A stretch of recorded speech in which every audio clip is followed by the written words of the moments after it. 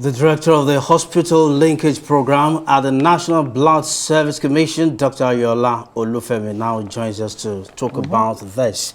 Welcome to News Night, Dr. Olufemi. Thank you so much.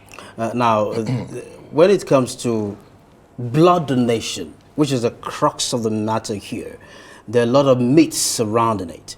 Let's use this forum as an avenue to enlighten the people on blood donation. Can you help us dispel some of the myths? Yeah, thank you so much. There is, like you said, there is a lot of misbelief, misinformation, the myths about around blood donation. People believe that certain people can donate and certain people cannot donate. Some people believe that if you donate blood, you will die. And also, because of our socio-cultural beliefs, you know, people attract a lot of spiritualities to blood donation. But all these things are not right, and that's reason why National Blood Service Commission, we have taken it upon ourselves to educate Nigerians, to let them know that donating blood is safe, is act of solidarity to other persons. When you donate blood, you have saved a life, and you have taken a burden from a family, from the society. So donating blood is a very, very important, in fact, it's a civic responsibility that every Nigerian must abide with, or must be able to adapt with. Right, but I mean, people need to really be educated on the importance of donating blood and why, I mean, really vital it is. But when you hear that Nigeria has a 1.7 million deficit, pints of blood deficit, what are you doing in your commission to actually close that gap? I mean, why are people really not responding, apart from the issue of, you know, the misinformation, you know? Yeah, thank you. The issue is that a lot of Nigerians don't know the importance of blood donation. When you donate blood, you are saving a life. So the life you have saved, it is very precious life to the family, like I said before, or to the persons involved. Also, you are also doing yourself a benefit. There are some benefits that is attached with donating blood. Number one, you become more healthy yourself, because when you donate blood, you reduce some volume overload from yourself, which makes your heart to function properly. Then also, the excess iron that is in the blood that can cause your heart to malfunction, you will be able to eliminate that. Also, you also be able to assess your state of health, because before you donate blood, there are some processes we have to go through.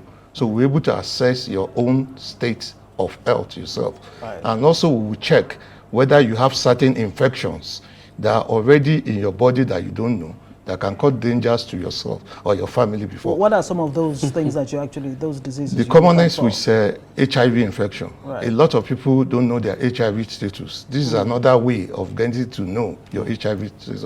Also hepatitis B and C. These are silent killers that a lot of people don't know about, and then they don't bother to check. So in the process of blood donation, you have this opportunity to know some of these things, you know, and we're able to address you with protect your confidentiality and give you necessary support that you require. So it's really a win-win situation. It's where a you win-win. donate, Both the giver and the receiver. You share some weight, again, self-knowledge about your health, your bill of health, and then wherever you're donating to also against. What about this issue that Nigerians have with blood donation, that when you donate blood, you give freely, and then the hospital doesn't give it freely? The hospital tends to commercialize that. How do you address that? Yes, that is one of the mandates of National Blood Service Commission, and that is why we are regular. Our mandate says we should coordinate and regulate, and also ensure that all Nigeria have access to safe and quality blood. So we are in the process of regulating blood in Nigeria. So we have put mechanism in place. Also recently we launched our national blood management system that will help us to able to monitor what are the practices that is going on in the nooks and crannies of Nigeria. And also we will be able to provide safe blood, and make sure that the right technology are being used to the issue of the access fee is very important. To make a pint of blood safe, you need minimum of 60,000 naira in Nigeria. To make it safe for how many days? To make it safe for you to be able to give it to another person. For how many days? To make it safe, to keep it, to preserve it, you mean? No, to ensure that it's free of those infections I mentioned about. A lot of people have donated blood that has been transfuted into people and caused more harm to them. So we ensure that any blood that will be given to any Nigeria is actually of quality. That means it is safe to the person that donated it, and it's also safe to the recipient. Very quickly, before we let you go, I mean, Nigeria seems to be dragging or lagging behind as far as the AI-based, sorting technology is concerned. What are the challenges? Why are we not able to take advantage of AI, artificial intelligence, in sorting this blood? Yes, the law was just passed last year. We are not where we're supposed to be. We're moving gradually.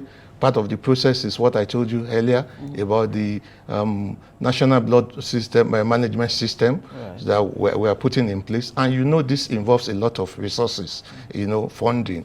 There are so many needs for Nigerians to handle, but we are trying our best to make sure we bridge the gap.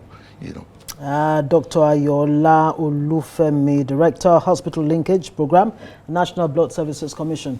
Thank you so much for coming, and I'm sure after all of this, Nigerians will be better educated and more convinced to go out there and donate blood. It's very, very important. You cannot overemphasize that point.